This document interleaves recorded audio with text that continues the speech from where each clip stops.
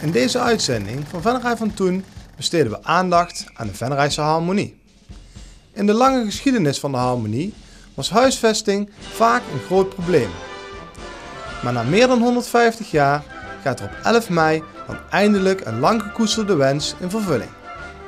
Harmonie Euterpe en Muziekmars en Showkorps Sint-Petersbande richten daarvoor samen Stichting Odeon op.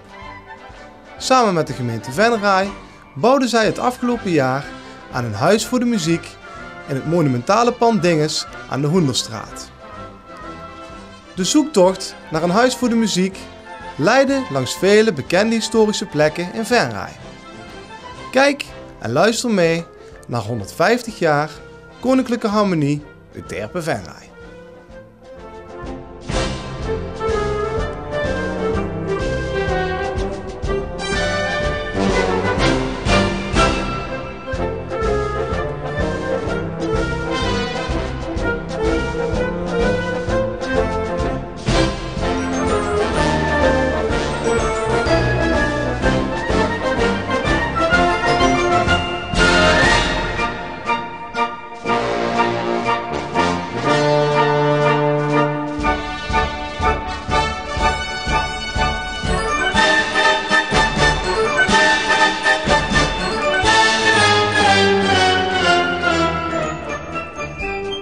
De historie van Harmonie Euterpe begint eigenlijk al rond 1838. Venray was in die tijd een klein dorp met een sterk landelijk karakter en amper 2500 inwoners. In de mooie dorpskern waren alleen de hoofdstraten van een plaveisel voorzien.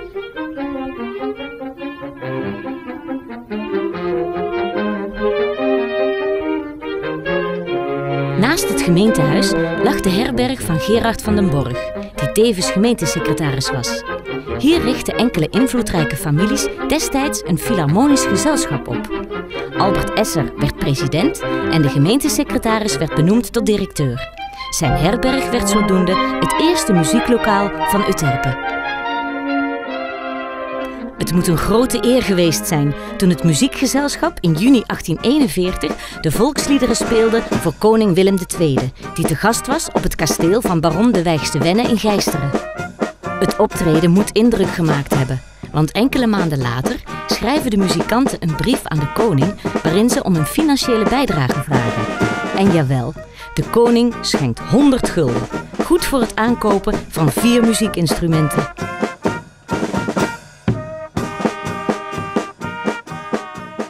Onder de naam Fanfare Euterpe wordt in 1860 de harmonie omgezet in een fanfare. Als eerste president wordt notaris Hendrik Reinders aangesteld. Van de Borg, de herbergier, nam de dirigeerstok weer ter hand. En de leerlingen kregen les van de muziekmeester Hendrik Gozewijn Messemakers. De fanfare was onmisbaar bij het opluisteren van tal van festiviteiten in Venray. Zo wordt op 1 juli 1872 burgemeester Jozef Esser met muziek thuis afgehaald ter gelegenheid van zijn zilveren ambtsjubileum.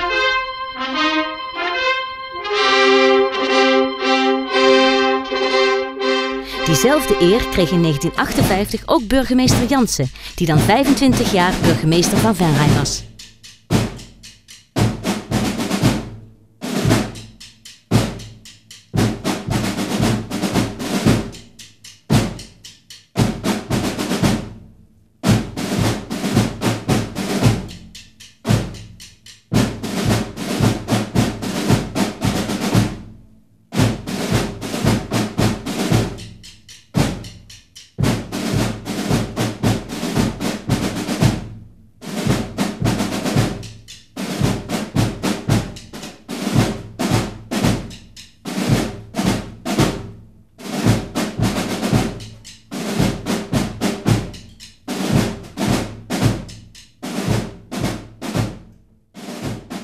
De fanfare had inmiddels het eerste repetitielokaal verruild voor de Latijnse school, onder den Boog bij de Grote Kerk.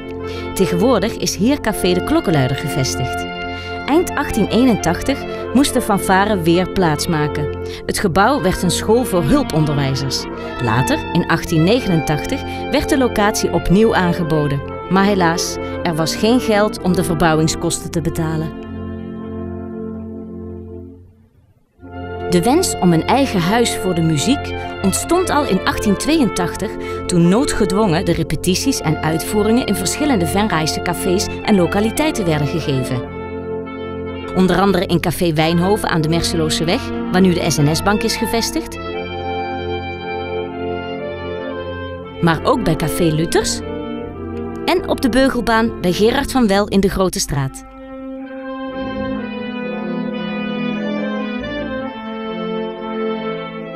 Na al die omzwervingen was de fanfare terechtgekomen in de Botermijn onder het raadhuis.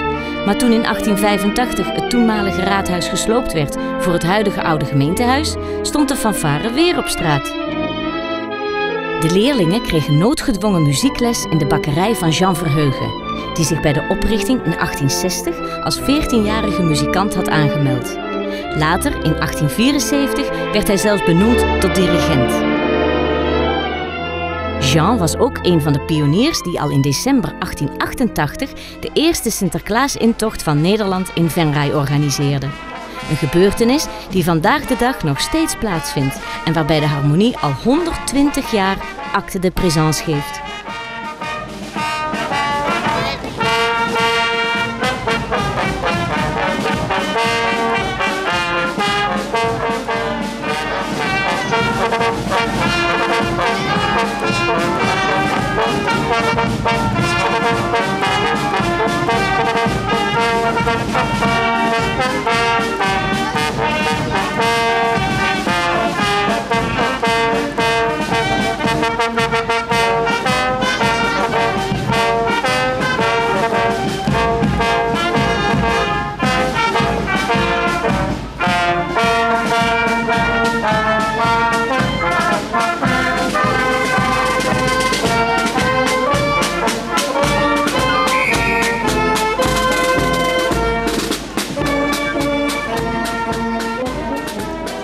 Op zondag 6 juli 1890 viert Fanfare Euterpe haar 30-jarig bestaansfeest met een groots opgezet festival waar 30 gezelschappen aan deelnemen.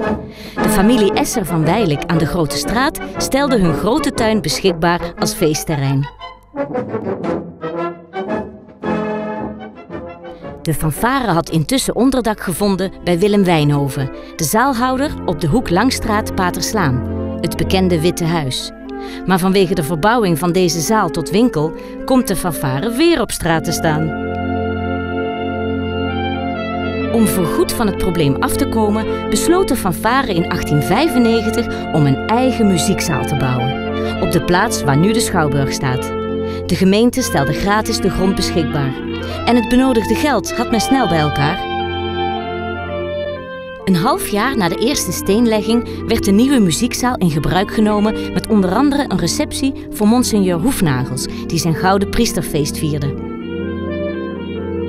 Helaas waren de exploitatiekosten te hoog en noodgedwongen moest de fanfare de inboedel aan de gemeente verkopen. De muziekzaal wordt daarna voor meerdere doeleinden gebruikt en uiteindelijk verbouwd tot een jongensschool. Bij de zware bombardementen in oktober 1944 werd de school zwaar beschadigd. Als het puin wordt geruimd, vindt men de oorkonde terug die bij de eerste steenlegging was ingemetseld. De enige herinnering aan wat ooit de Euterpe muziekzaal was. Na het mislukken van de eigen muziekzaal kreeg de fanfare onderdak in het Café Hotel van Jean Scheffers, die in de Schoolstraat in 1926 de bekende concertzaal Wilhelmina liet bouwen. De vereniging heeft altijd gratis gebruik mogen maken van de faciliteiten. Uiteraard met de slimme gedachte: zonder drank, geen klank.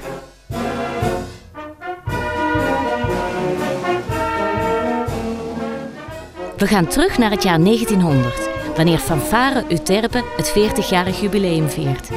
De fanfare bestaat dan uit 23 leden, inclusief directeur en president. Het muziekinstrumentarium bestond uit verschillende koperinstrumenten, een grote trom en de kleine trom. Die werd bespeeld door Grat Jansen, beter bekend als Grat van den Elastieke. Hij was ook tamboer in het leger geweest.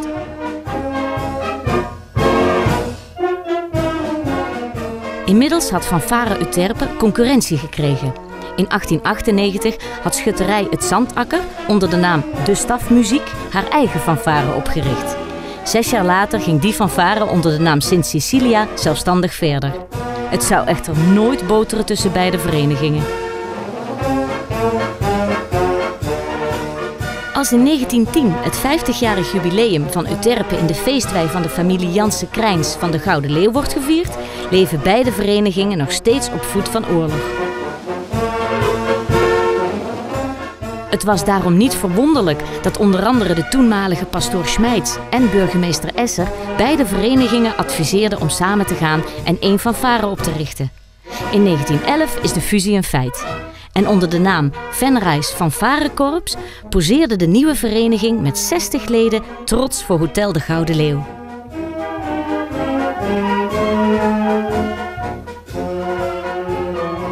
Na een roerige tijd wordt in 1917 Henry Weltering als directeur aangesteld. Er breekt een nieuw tijdperk aan. In die tijd ontstaat ook de jeugdfanfare van het patronaat. Ondanks de goede wil en afspraken verliep die samenwerking met de grote fanfare eveneens niet goed. Wat wel uitstekend verliep en groots werd gevierd was het 60-jarig jubileum in 1920. Enkele jaren later, in 1924, breekt het tijdperk aan van dierenarts Dr. Herman Sala als president. En penningmeester Piet Jansen, Piet den Brouwer, van bierbrouwerij De Gouden Leeuw.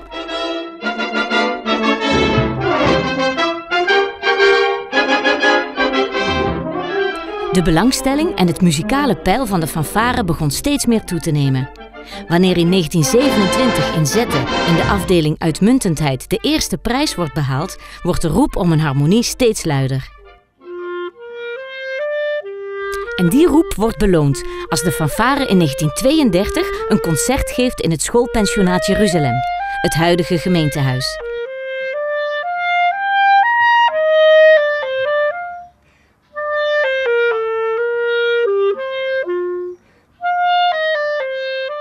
Als waardering schenken de nonnen het eerste houten muziekinstrument, een klarinet. Het begin van een harmonie is hiermee gemaakt. De uiteindelijke omzetting naar een harmonie ging geruisloos. Pas in 1934, 1 jaar voor het 75-jarig jubileum, wordt de naam Venrays Fanfare veranderd in Venrays Harmonie.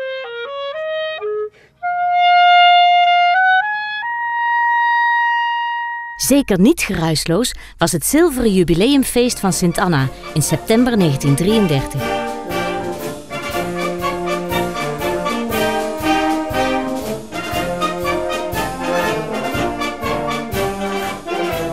Tal van hoge gasten zijn uitgenodigd om dit feest mee te vieren.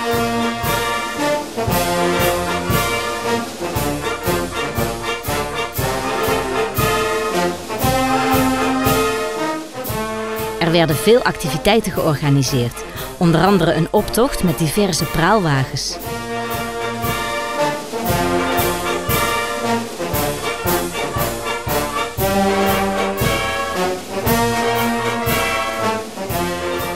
Een Vlaamse kermis.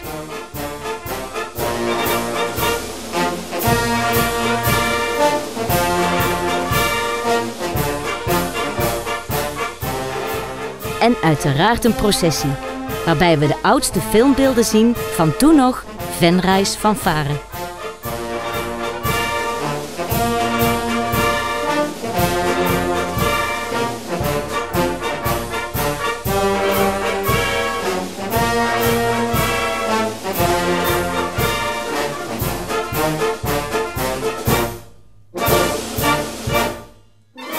We gaan terug naar de jaren 30, de jaren van de crisistijd en mobilisatie. Een tijd die eveneens invloed had op de ontwikkeling en samenstelling van de Venrayse harmonie. Desondanks was deze in 1939 present tijdens de carnavalsoptocht die door de Venrayse straten trok.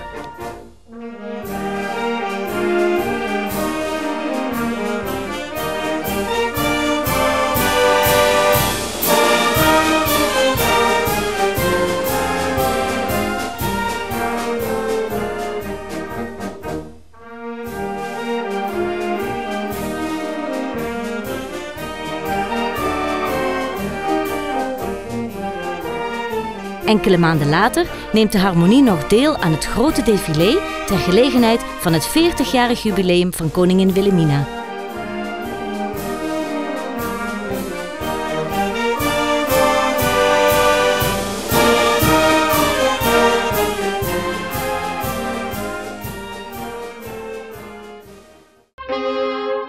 Plotseling valt op 5 mei 1940 het Duitse leger Nederland binnen en bezet ons land.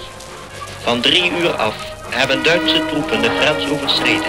Wanneer in 1942 dirigent Welting zijn 25-jarig jubileum viert, komt de Harmonie nog in actie. Hierna legt de Harmonie zichzelf vrijwillig het zwijgen op. Men wenst zich niet aan te sluiten bij de verplichte Kulturkammer.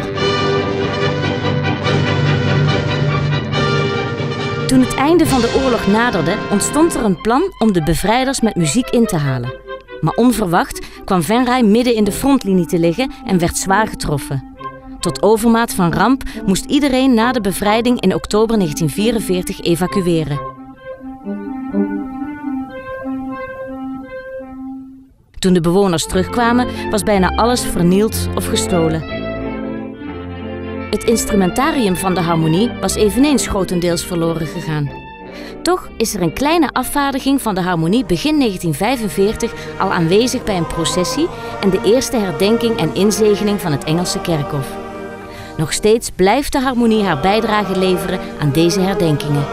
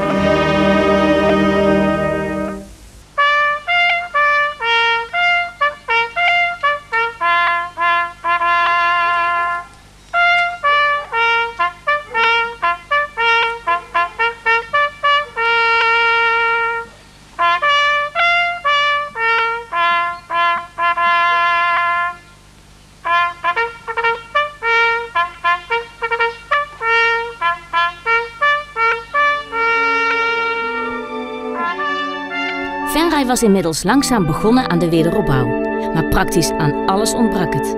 Totdat een stoet met hulpgoederen van de hulpactie Haarlem helpt Venray in Venray aankomt.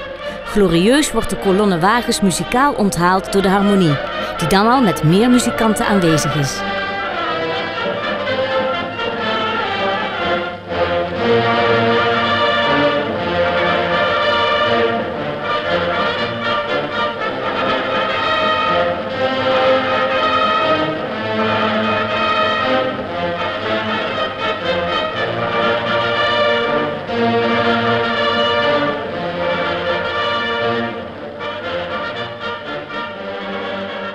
Omstreeks 1948 komt de eigenlijke opbouw van de Harmonie weer op gang.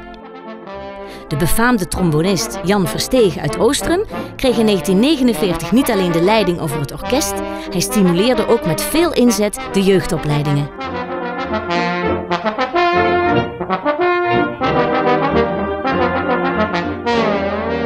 In datzelfde jaar werd uitvoerig stilgestaan bij een aantal jubilarissen.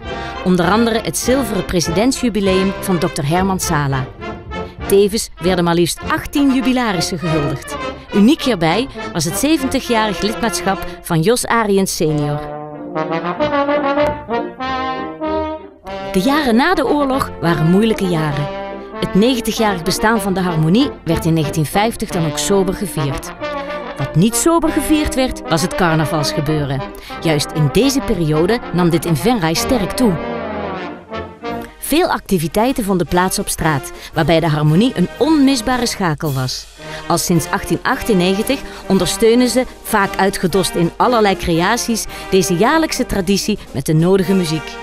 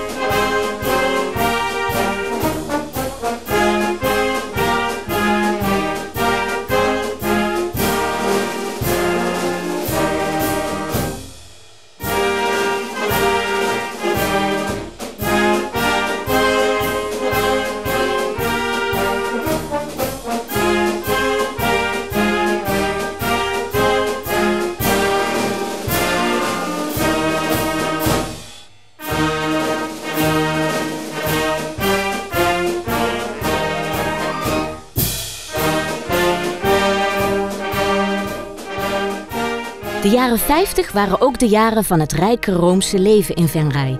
De harmonie heeft hier altijd een belangrijke rol in vervuld.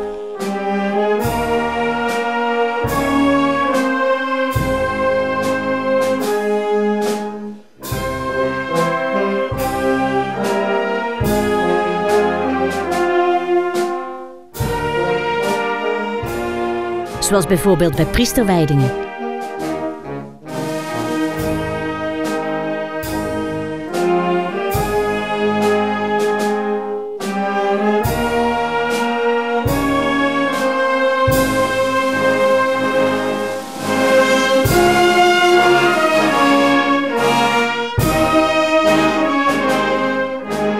Een van die hoogtepunten uit die tijd was de intocht van het heiligenbeeld Maria Sterre der Zee.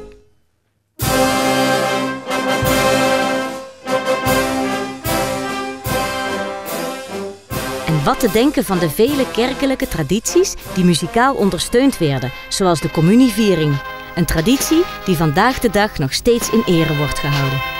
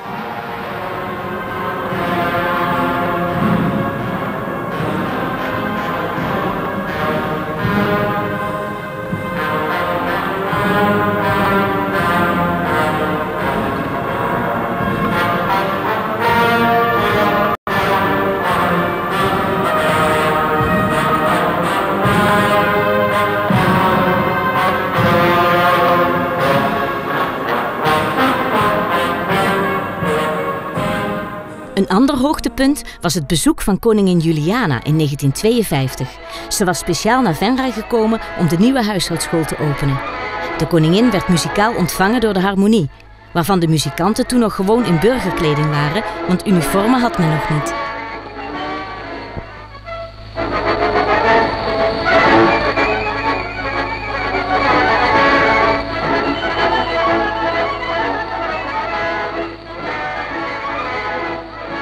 Wel had de vereniging, om het imago wat op te krikken, zich inmiddels laten uitdossen met blauwe petten. Met onder andere het markante bestuurslid Teng Laurensen ondersteunen ze muzikaal een missieoptocht. Helaas vielen de petten niet in de smaak en al snel sprak men van daar komen de ijskoolmannen aan.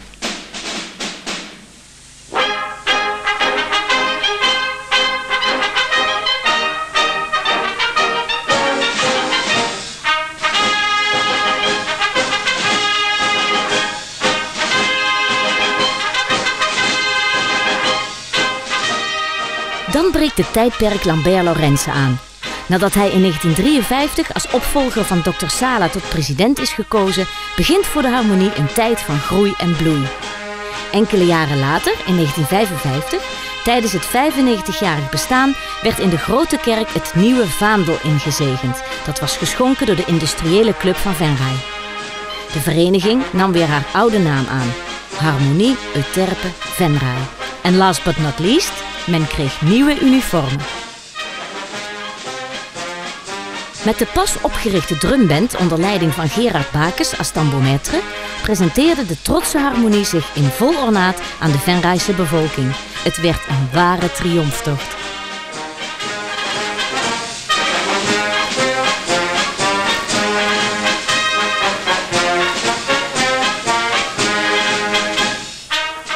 Groot feest is er in 1960. De vereniging bestaat 100 jaar en is inmiddels gepromoveerd naar de afdeling Uitmuntendheid. Tijdens de receptie in zaal Wilhelmina wordt door de commissaris van de koningin, Dr. Hoebe, in gezelschap van burgemeester Jansen bekendgemaakt dat de koningin aan Harmonie Euterpe het predicaat koninklijk heeft verleend.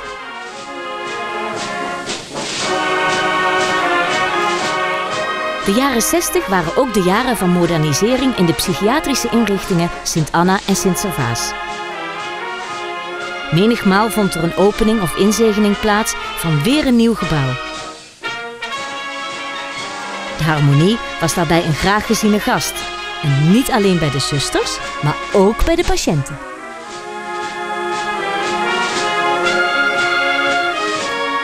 De nog jonge drumband begint steeds meer furoren te maken.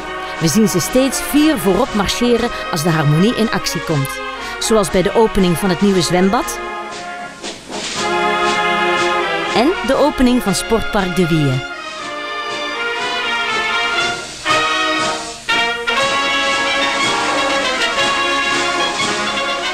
Er wordt eveneens hard gewerkt aan de verbetering van het muzikale peil.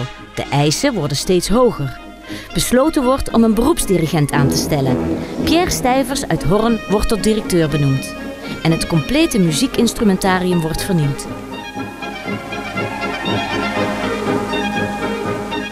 Dankzij al die inspanningen worden in korte tijd uitstekende prestaties behaald.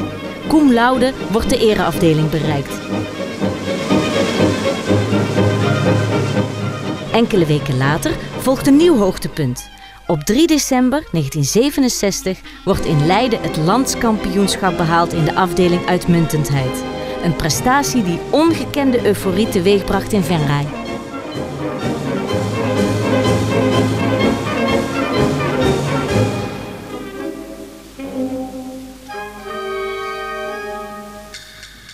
Na al die euforie sloeg het noodlot toe. Na een periode van 43 jaar kwam er in 1969 plotseling een einde aan het verblijf in het stamlokaal van de Harmonie. Haar vertrouwde plek, de Wilhelminazaal en een hotel van de toenmalige exploitant Doris van den Broek, wordt volledig door brand verwoest. Opnieuw begon de zoektocht naar een huis voor de muziek. Vanaf dat moment begon een ware zwerftocht via het oude gymnasium, de schouwburg van Sint Anna, de kerkdijk van Servaas en Café de Sport. Uiteindelijk boden Harry en Leen Vollenberg uit de Henseniusstraat uitkomst. Gul en gastvrij en zonder enige vergoeding te vragen stelden zij hun zaaltje beschikbaar voor de repetities. De oefenruimte schoot in akoestisch opzicht tekort, maar men had onderdak. Het mooie Odapark was in 1970 de locatie voor de viering van het 110-jarig jubileum. Muziekkorpsen uit België en Limburg waren te gast en een hele week was er feest.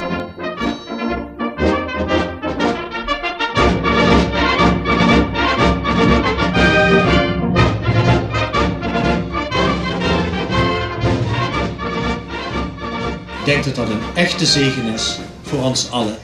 Die wens ik u, die wensen wij elkaar toe. Bijna 30 jaar later is de Harmonie weer te gast in het Sint-Oda-park. Maar dit keer om met muzikale begeleiding het gerestaureerde Oda-beeld op de schouders van de Venrotse Helge naar de Grote Kerk te begeleiden.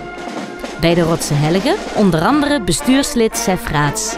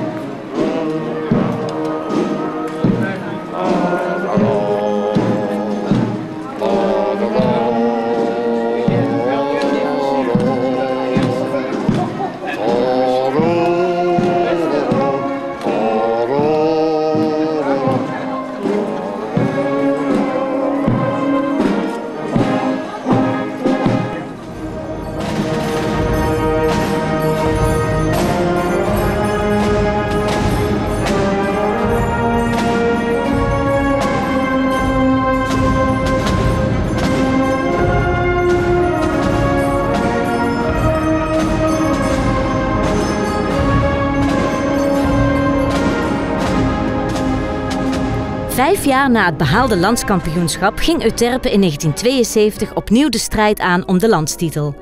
De uitvoering in het Amfiotheater in Doetinchem werd een daverend succes. Voor de tweede maal werd de Koninklijke Harmonie kampioen van Nederland, nu in de ereafdeling. Zelfs via de radio kreeg de harmonie lovende woorden toegesproken. Maar zo'n orkest, en dan bedoel ik natuurlijk met de duim omhoog, zo'n orkest moet toch zo af en toe eens een keertje terugkomen. De 115e verjaardag in 1975 wordt herdacht met een galaconcert in de Schouwburg. De harmonie is dan weer in nieuwe kleding gestoken. Het was tevens de afsluiting van het mannentijdperk van de harmonie. Voor de eerste keer speelden dames mee in het orkest. Het waren Willy en Toos Jansen en Harriet van Els, die alle 3 klarinet speelden. Euterpe is nog steeds op allerlei gebied actief en is voor Venray een ware ambassadeur. Zo werd meegewerkt aan de promotie-LP's Venray van Horen Zeggen en Moet je Venray eens horen.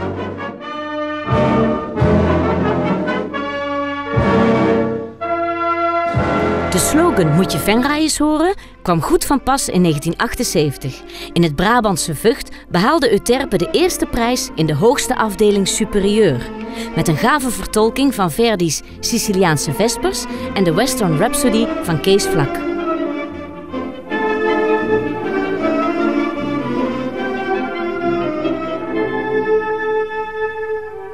De successen van de afgelopen 25 jaar waren het resultaat van een gezamenlijke inspanning van alle leden, onder aanvoering van president Lambert Lorenze, die in december 1978 afscheid neemt en in het zonnetje wordt gezet voor zijn vele verdiensten. Hij wordt benoemd tot erepresident.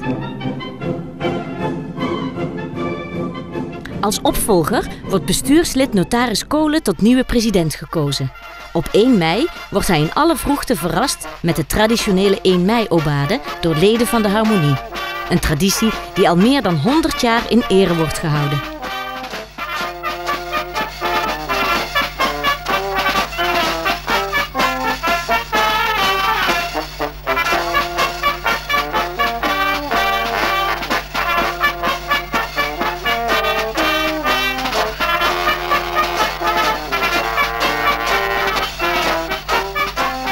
Begin jaren 80 telt de vereniging 170 leden en heeft nog steeds geen eigen verenigingsruimte. De bekende danszaal Prinsenhof is dan hun thuishaven.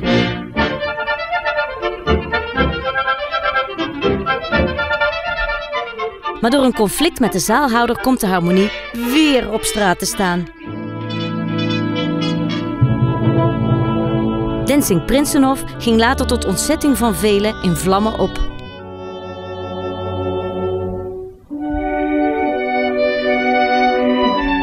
De vereniging is weer terug bij af. De situatie is onhoudbaar. Dan biedt de gemeente Venray de voormalige kantine De Pertstal van camping Vlakwater te huur aan als tijdelijke locatie.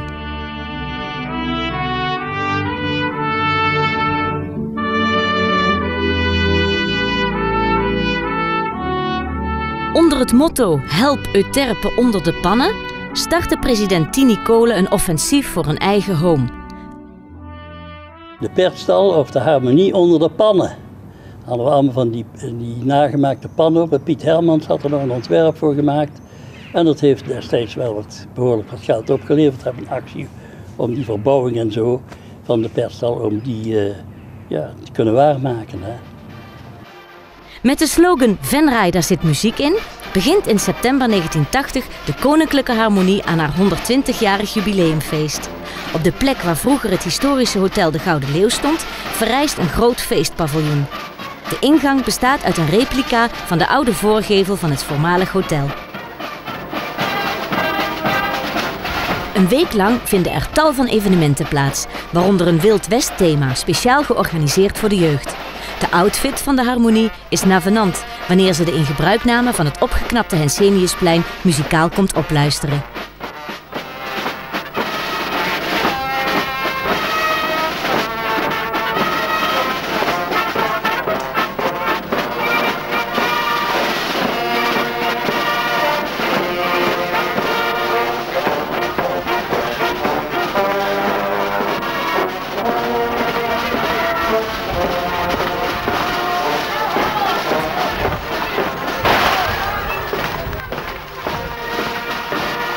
Ter afsluiting van de festiviteiten organiseert de Harmonie voor het eerst een Joekskapelle-festival met de ludieke naam De Piep Leeg.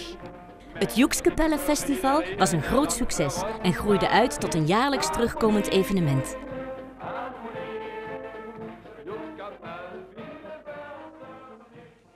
De Harmonie begon ook furoren te maken in het buitenland. Ontspannend waren de concertreizen naar het Duitse Dieperts, begin jaren 80.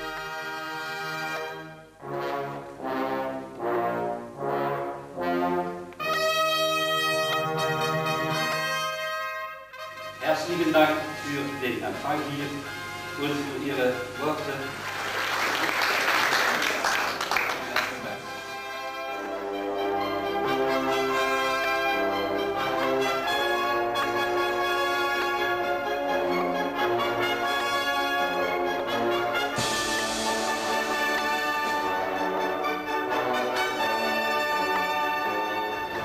Diese Basilika hat dann bis zum 18. Jahrhundert Bestand gehabt. Das heißt also im Jahre 1702 wurde diese Basilika dann erst teilweise abgerissen. Und an der Stelle wurde hier dieser Dom gebaut.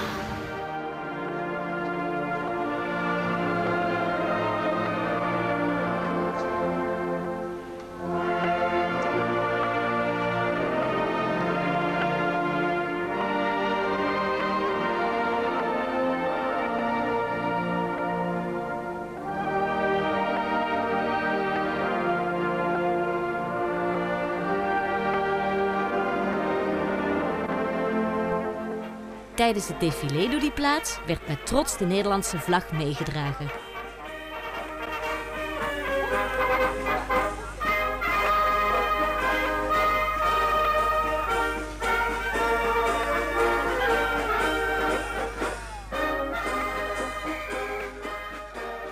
Een mooi succes werd behaald in 1983 de kerkrade in de Rodahal. Het orkest, waarvan de helft uit jeugdleden bestond, behaalde een uitstekende eerste prijs in de superieure afdeling. Als in 1985 de Koninklijke Harmonie het 125-jarig bestaan viert, maakt ze haar tv-debuut. In het kader van het jubileum wordt vanuit de Grote Kerk rechtstreeks een tv-mis uitgezonden. De kerkdienst wordt muzikaal opgeluisterd door de jubilerende Harmonie samen met het Venrays Mannenkoor.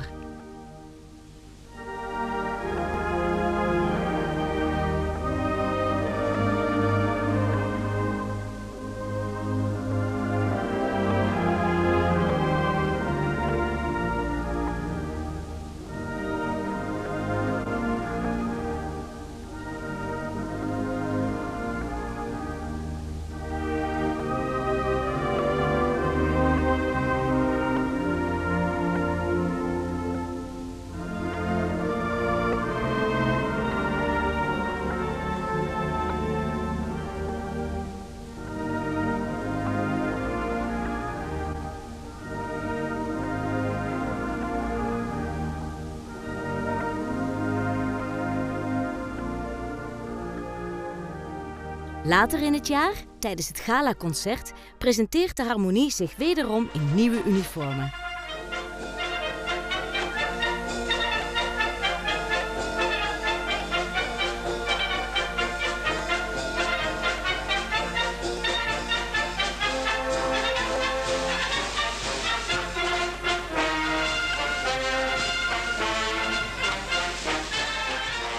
De Harmonie kreeg ook een nieuw vaandel, dat ontworpen was door Euterpe-president Tini Kolen. Met enige ceremonie overhandigt erepresident Tambea Lorenze officieel het nieuwe vaandel aan de Harmonie.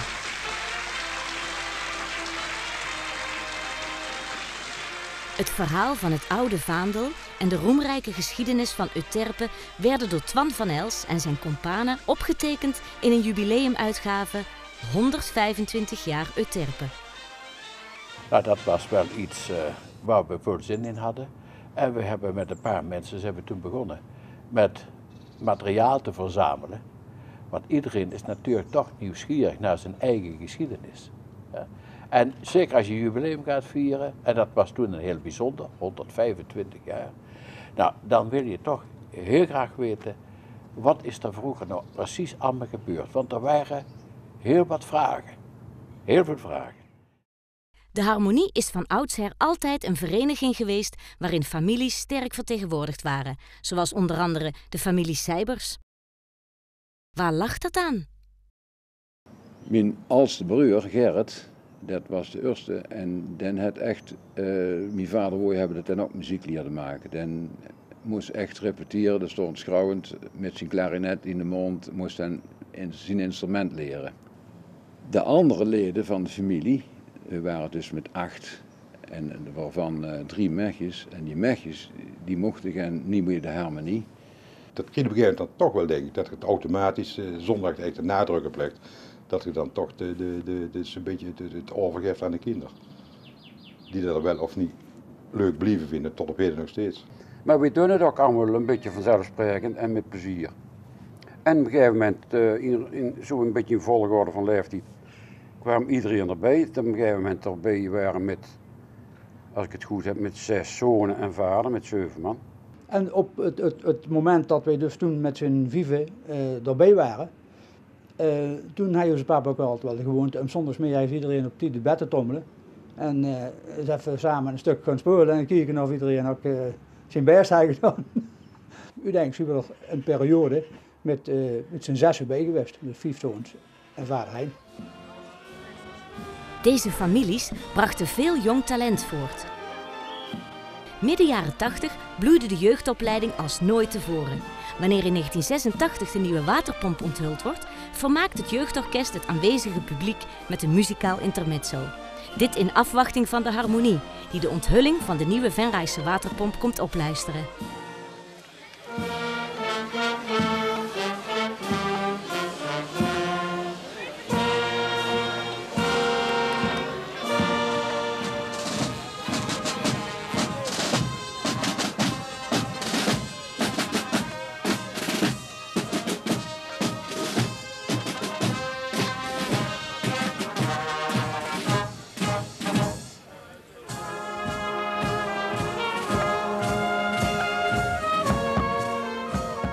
De oude waterpomp stond vroeger midden op de Grote Markt. Nu had de waterpomp een nieuwe plaats gekregen. Het pleintje voor Café de Klokkenluider. Het zogenaamde Pomppleintje. Na de onthulling heffen burgemeester De Fesch en Cor Jansen samen het glas. Gevuld met heerlijk rots water.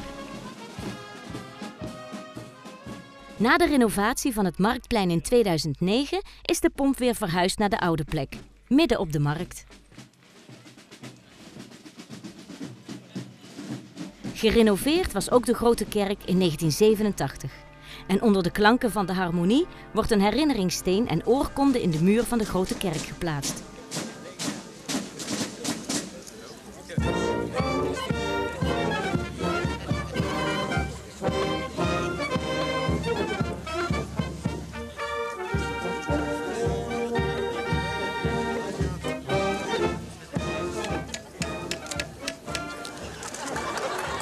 Weer werd er geproost, maar ditmaal niet met water. Na de renovatie is de kerk nog steeds niet compleet. De originele haan van het kleine Angelustorentje is na de vernieling van de kerk in 1944 altijd vermist geweest. Als na meer dan 50 jaar de haan weer terecht is, wordt hij na restauratie in 1998 met veel vertoon en muziek van de harmonie op het torentje geplaatst.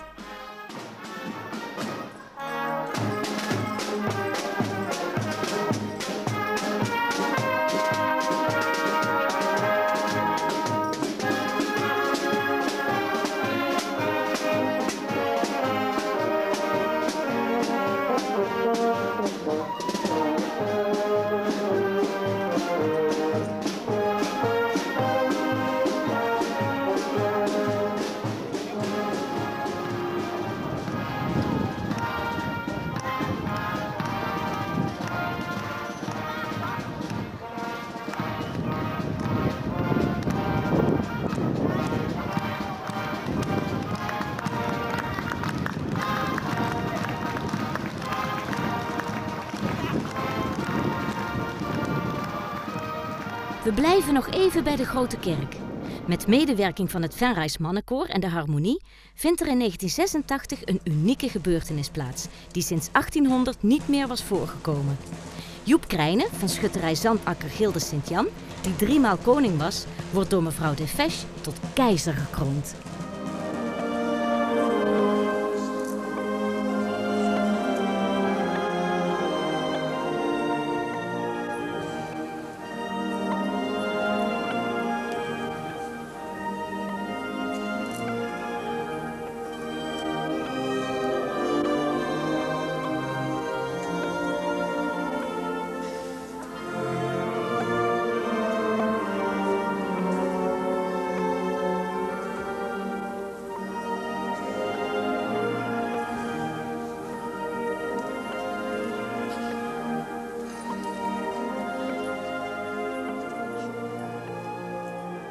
Een zeer bijzonder en ontroerend zondagochtendconcert was er in oktober 1989. Tijdens dit concert werd de ernstig zieke dirigent Pierre Stijvers niet alleen gehuldigd vanwege zijn 25-jarig jubileum, maar het werd vooral een emotioneel afscheid van een groot dirigent. Nu kan ik rustig gaan, was zijn reactie. 2 dagen later overleed hij.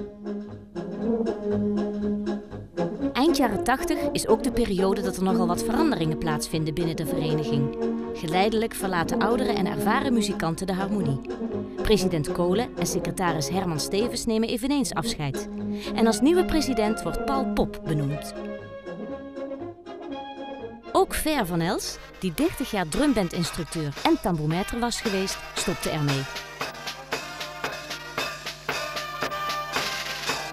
Slagwerker Frits Lucassen neemt dan de functie van tambourmaître over. Een bijzonderheid is dat in 2006 zijn dochter Marion het weer van hem overneemt. Als nieuwe dirigent wordt in 1990 Stijn Rutte uit Gemert aangesteld. Onder zijn leiding leert de harmonie vooral swingende muziek maken. Op zijn initiatief wordt voor de eerste keer een promsconcert georganiseerd. In de afgelopen decennia zijn de promsuitvoeringen steeds muzikale voltreffers geweest.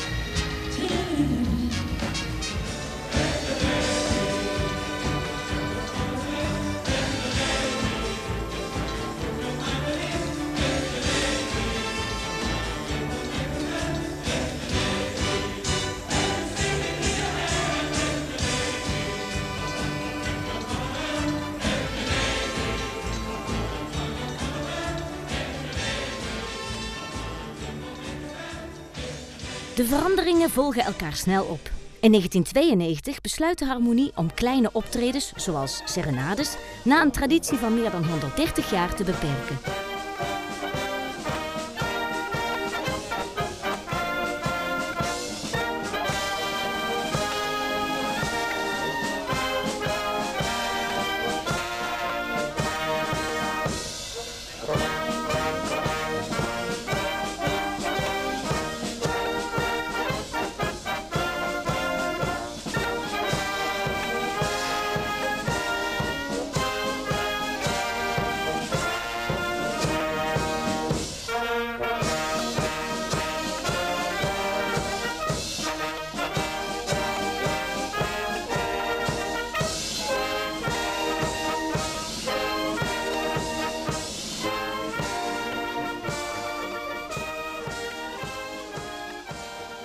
Culturele gebeurtenissen en tradities blijft de harmonie uiteraard wel ondersteunen. Zoals in juni 1993, wanneer in de Grote Kerk een nieuw gildealtaar van Sint Johannes de Doper, de patroonheilige van schutterij het Zandakker Gilde Sint-Jan, wordt ingezegend. In de naam van de Vader, en de Zoon, en de Heilige Geest.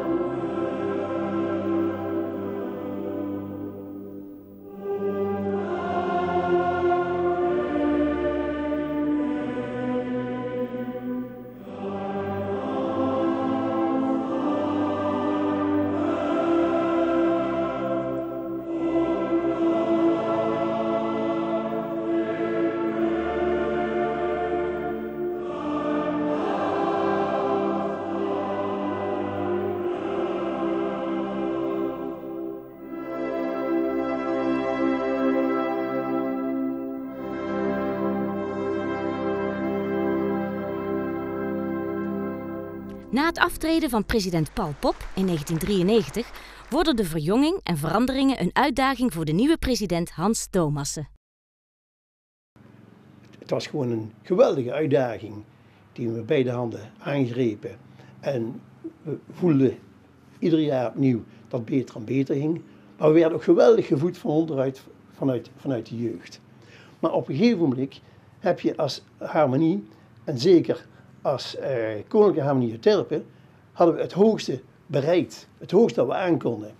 Nou, dan moet je niet op je tenen willen lopen. We zijn toen ook vrijwillig, zijn we dus een afdeling teruggegaan. En dan zijn we opnieuw begonnen met het bekende succes. 2 jaar later promoveerden we weer naar de hoogste afdeling. Dat was natuurlijk voor de jeugd een geweldige uitdaging om dat mee te mogen maken. Later in het jaar wordt met een sterk verjongd orkest deelgenomen aan het Bondconcours in de afdeling Uitmuntendheid in Veldhoven. Onder leiding van Stijn Rutte behaalt de harmonie de eerste prijs met promotie.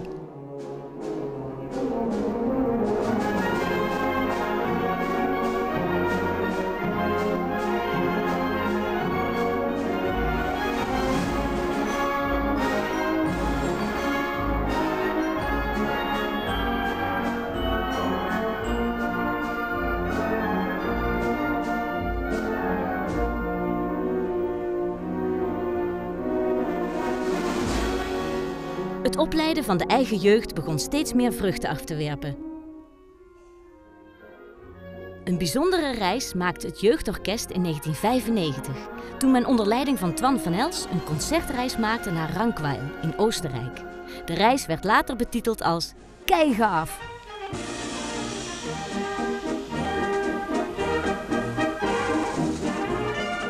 Euterpe opent het nieuwe jaar 1996 weer met het traditionele nieuwjaarsconcert in de overvolle Schouwburg.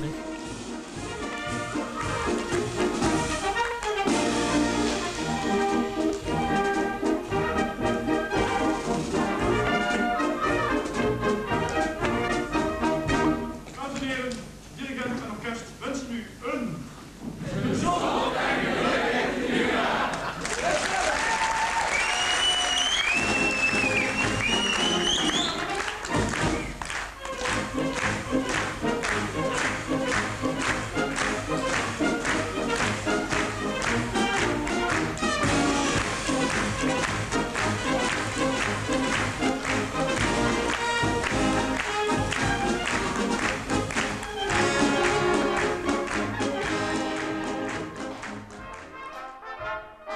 Enkele maanden later is er weer een nieuwe uitdaging voor de harmonie. Voor de eerste maal wordt deelgenomen aan het Tiele-toernooi, een concertwedstrijd voor lichte muziek. In de Merthal in Horst eindigt de harmonie op de 3e plaats.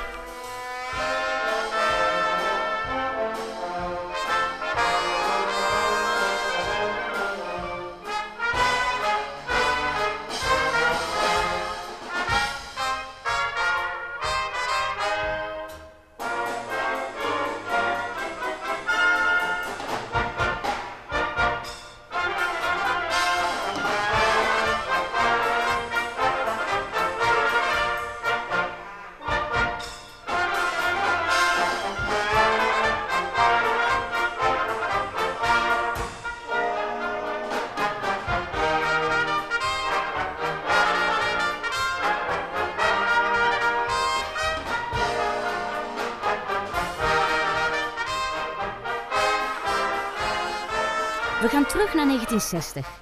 Muzikaal opgeluisterd door de harmonie wordt de nieuwe Schouwburg van Sint Anna officieel geopend.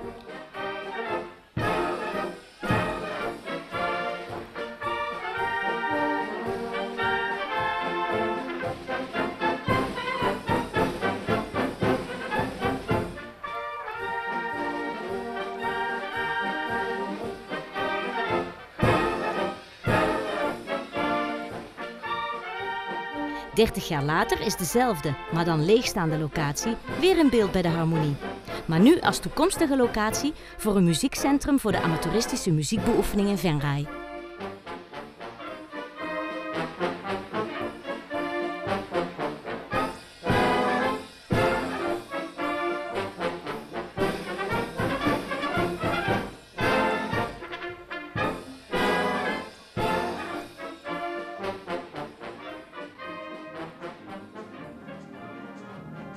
Na een lichte teruggang is de harmonie weer aan een opmars begonnen. In Venlo wordt tijdens het verplichte muziekconcours in 1997 met 290 punten de eerste prijs behaald in de ereafdeling.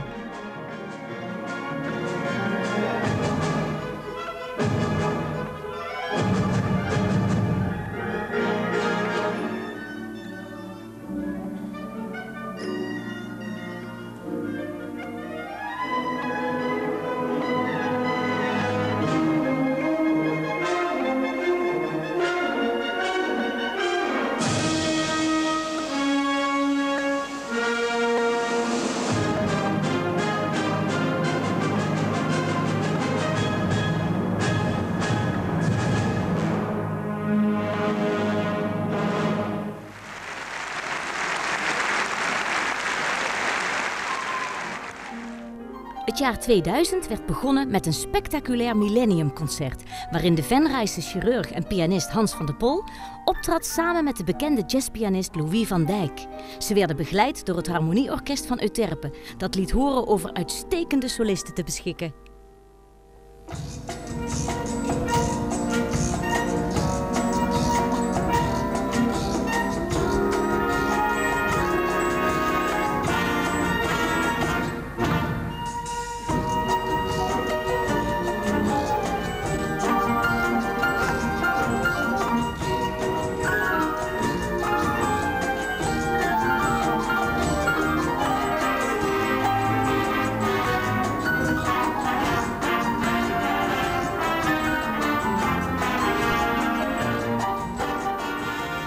Uniek is het 70-jarig muziekjubileum van Jan Verstegen. Hij werd door zijn vele verdiensten benoemd tot erelid. Jan was oud-dirigent en het boegbeeld van de blaasmuziek. In 2004 overleed hij op 87-jarige leeftijd. In de afgelopen jaren overleden nog 2 markante leden, Ver van Els en Martin Takke. Ver was 50 jaar lid, waarvan vele jaren als instructeur en tambourmaître. Martin was het manusje van alles. Hij droeg onder andere de grote trom en was jaren de vaste vaandeldrager. Die taak was inmiddels overgenomen door Martin van Hout.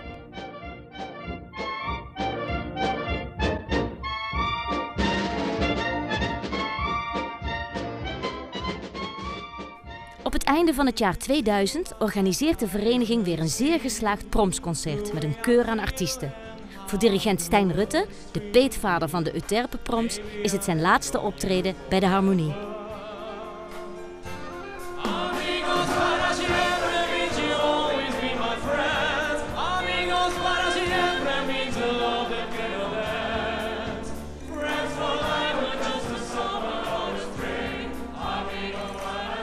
Geslaagd zijn ook de activiteiten die steeds georganiseerd worden om de verenigingskas te spekken. Zoals onder andere de rommelmarkten, stokkarraces en demonstraties van oude ambachten. Wie biedt er 125 gulden voor deze beursie? 125 gulden, wie? 125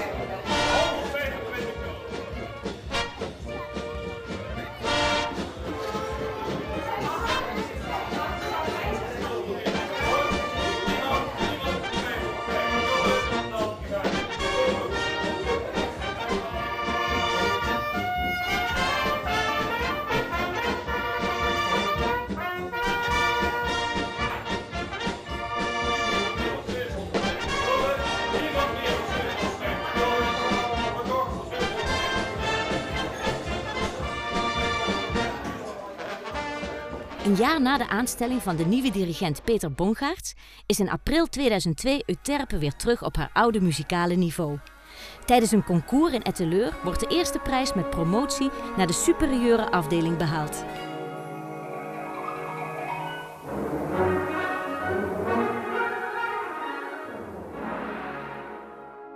Er zijn hier duizenden zonnebloemen ingezaaid en veel van die mensen zijn hier ook min of meer anoniem, alleen. In datzelfde jaar wordt op het Sint-Anna-terrein de spraakmakende kunstmanifestatie De Waan gehouden, ter gelegenheid van 100 jaar psychiatrie in Venray. De manifestatie is tevens bedoeld als erkenning van de identiteit van de patiënten, die hier zoveel jaren in anonimiteit hebben geleefd.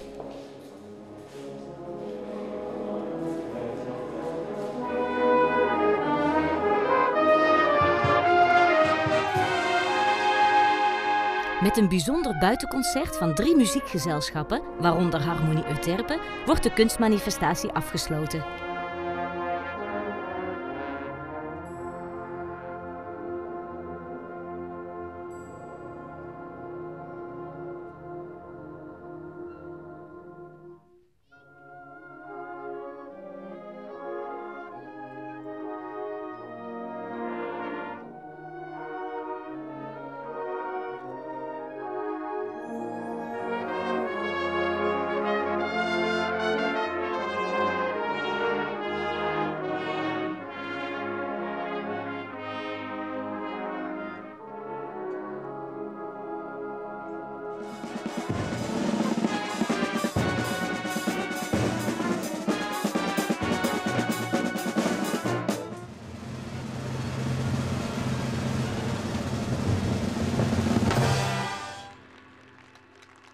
Niet afgesloten waren de plannen van de Harmonie en Stichting Stadspark om de leegstaande schouwburg op Sint-Anna te bestemmen voor een huis voor de muziek. Na jaren van onderzoek en onderhandelingen valt in 2003 definitief het doek.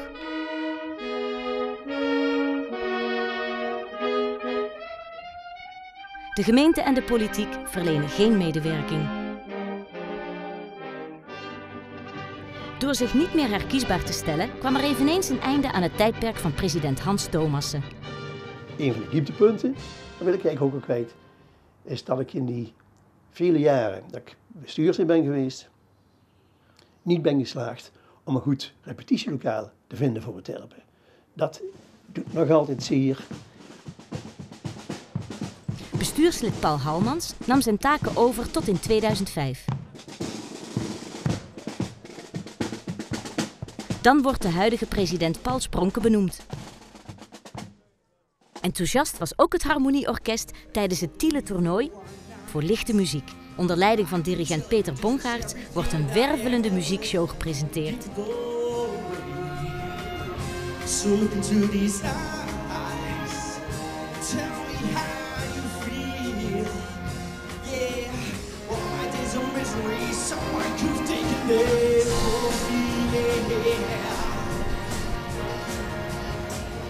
So tell me how you feel. Tell me how you feel. Tell me what you need. Just tell me how you feel. Eind december 2005 is er weer een dirigentenwissel. Peter Bongaerts verlaat Euterpe vanwege te drukke werkzaamheden. Hij wordt opgevolgd door Mark Konings uit Maasbracht. De nieuwe dirigent staat binnen enkele weken vol in de schijnwerpers wanneer hij de Harmonie dirigeert tijdens de traditionele carnavalsmis in de Grote Kerk, die live op tv wordt uitgezonden.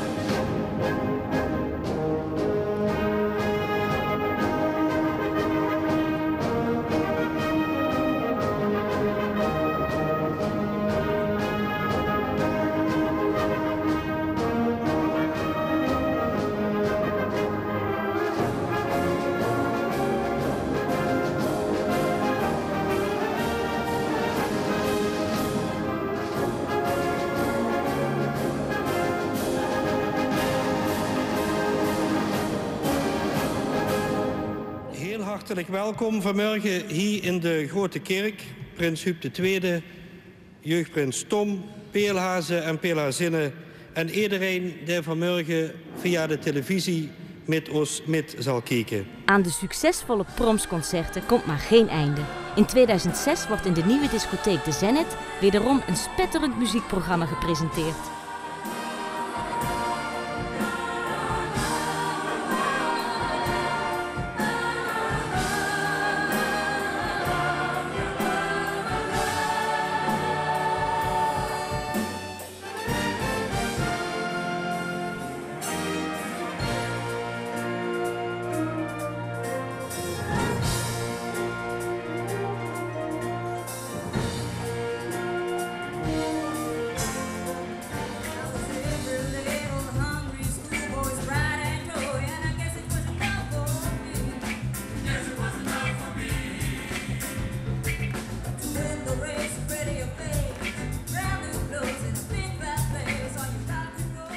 Die successen en mooie resultaten zijn prachtig, maar desondanks heeft Euterpe vandaag de dag nog steeds geen eigen muziekhuis. Aldus Sef Raats. Wij willen graag een eigen ruimte hebben en wij denken dat dat haalbaar is, Hoenderstraat 1012. Ik denk dat de Harmonie het verdient om een eigen accommodatie te hebben na al die jaren muziek maken in Venray voor de gemeenschap klaarstaan, dat ze nu op eigen benen staan en een eigen onderkomen krijgen. In 2010 viert de Harmonie haar 150-jarig jubileum. De feestelijkheden beginnen al in oktober 2009 met een geweldig Halloween-concert in de Venrayse Schouwburg.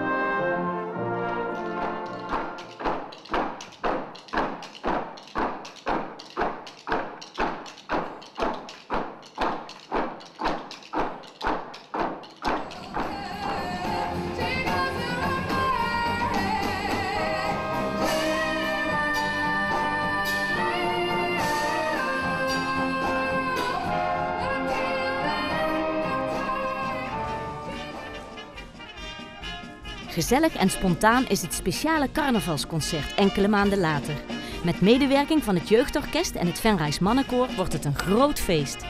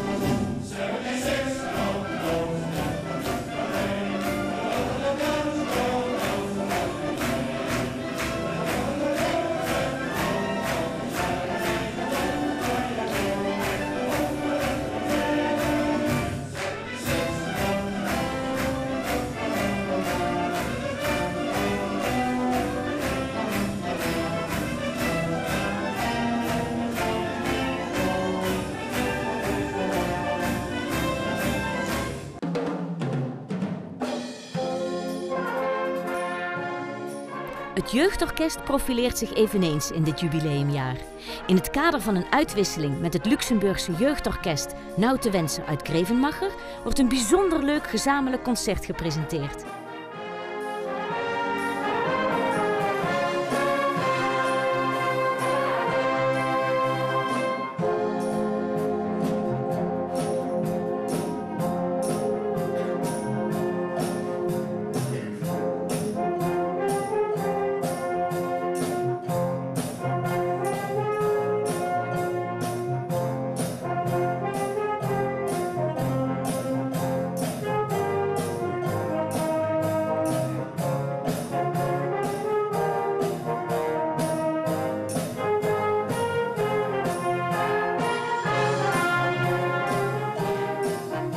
Als gastsolist treedt de 10-jarige Venrayse pianist Rangel Silev op.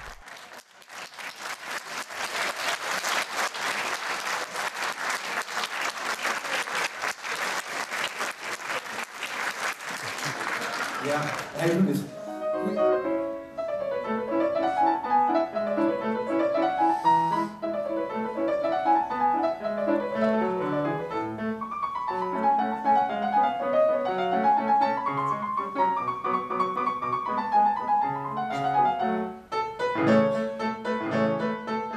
De Koninklijke Harmonie Euterpe is niet alleen een boeiende, maar ook een van de oudste muziekverenigingen van Limburg. Een vereniging die al 150 jaar muzikaal acte de présence geeft bij tal van gebeurtenissen, zoals in het bedrijfsleven.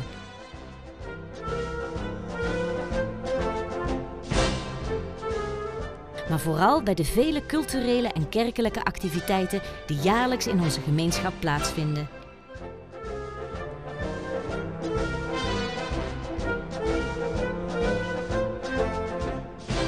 Koninklijke Harmonie Euterpe is een ware muzikale ambassadeur voor de gemeente Venray.